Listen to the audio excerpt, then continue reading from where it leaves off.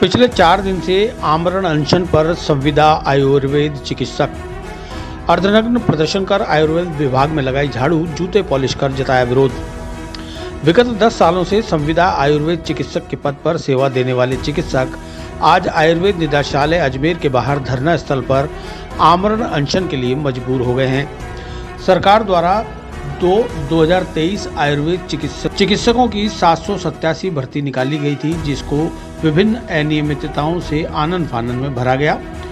CCRCHO दक्षता mentor जैसे पद, जो कि आयुर्वेद चिकित्सा अधिकारी पद के समकक्ष भी नहीं है, को 3 साल के 30% नंबर देकर भर्ती दे दी गई, जबकि MHM के 200 संविदा चिकित्सकों के हितों को नजरअंदाज कर दिया गया, जिसमें से 100 आयुर्वेद चिकित्सकों के पास ये अंतिम अवसर था। 4 माह पश्चात ये सीनियर चिकित्सक ओवरएज हो जाएंगे। इसके अलावा वर्तमान पद्धति की रोस्टर प्रणाली से जो अस्थायी चयन सूची जारी की गई थी, उसे परिवर्तित कर पुनः प्राचीन रोस्टर लगाकर अंतिम अस्थायी चयन सूची जारी कर दी गई। किसी प्रकार की आपत्ति का समय तक नहीं दिया गया, जिसकी वजह से अधिकतर उच्च मेरिट वाले चिकित्सक मेरिट से बाहर कर दिए गए। अपने आत्मसम्मान की लड़ाई को लड़ने के लिए 2 अक्टूबर गांधी जयंती से आयुर्वेद चिकित्सक आमरण अनशन पर बैठ गए हैं। हमारी 2 मुख्य मांग ये है कि भर्ती में हुई गड़बड़ियों की जांच कर न्याय किया जाए। विभाग में संभावित DPC की प्रक्रिया, जिसमें विभाग द्वारा जल्दबाजी कर मात्र 135 पद उपलब्ध करवाए गए थे, शेष 572 की DPC जल्द कर पदों पे 787 पद की 50% की वेटिंग लिस्ट द्वारा भर दिया जाए। आज आमरण अनशन का चौथा दिन है। 2 अक्टूबर गांधी जयंती से आयुर्वेद निदेशालय अजमेर पर आमरण अनशन शुरू किया गया था, लेकिन अभी तक हमारी मांगों पर आयुर्वेद विभाग द्वारा कोई उचित समाधान नहीं किया गया। मजबूरन हमें पानी का भी त्याग करके अपने आप को मरने के लिए छोड़ने पर मजबूर होना होगा। अभी तक किसी भी मेडिकल टीम या मेडिकल डॉक्टर द्वारा हमारी कोई जांच नहीं की गई। लगातार 4 दिन से 3 डॉक्टर आमरण अनशन पर रहे। हमारे स्वास्थ्य में लगातार गिरावट जारी है। इसी प्रकार अगर हमारी मांगों पर अगले 3 दिन में कोई उचित समाधान नहीं होता है तो मजबूरन हम जल का भी त्याग कर देंगे, जिसके बाद किसी भी प्रकार की अनहोनी होती है तो उसकी जिम्मेदारी आयुर्वेद मंत्री और राज्य सरकार की होगी, जो अपने आप को गांधीवादी सरकार कहती है। गांधी के आदर्शों पर चलने वालों की सरकार खबर नहीं लेती।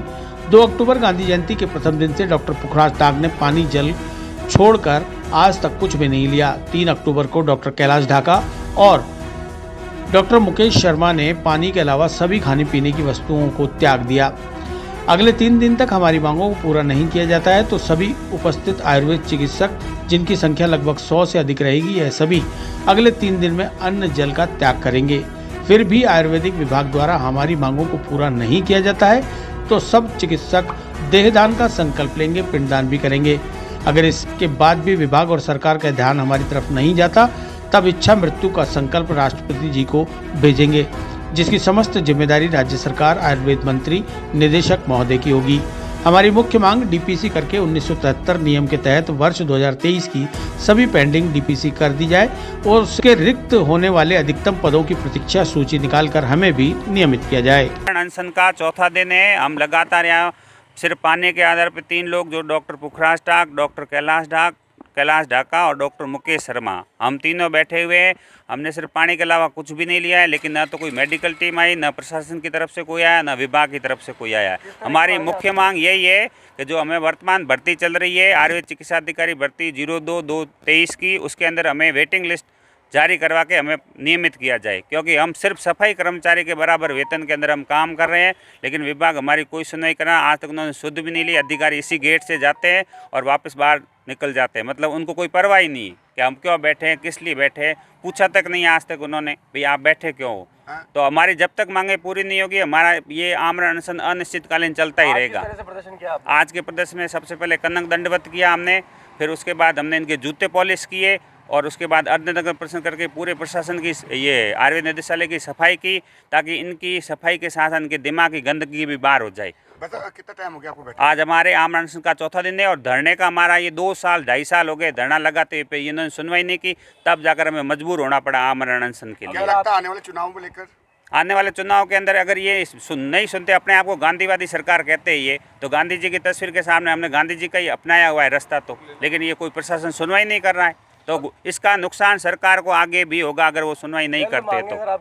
अगर जल्द मांगे पूरी नहीं होती तो हम पानी भी त्याग देंगे, हम मर जाएंगे यहीं पर ही और देह दान करेंगे, और नहीं तो राष्ट्रपति जी को इच्छा पूर्ति का हम लेटर लिख दे के हमें यही मरने पर छोड़ दो, हमें ज़िंदगी जीने का कोई मतलब नहीं है हमारा।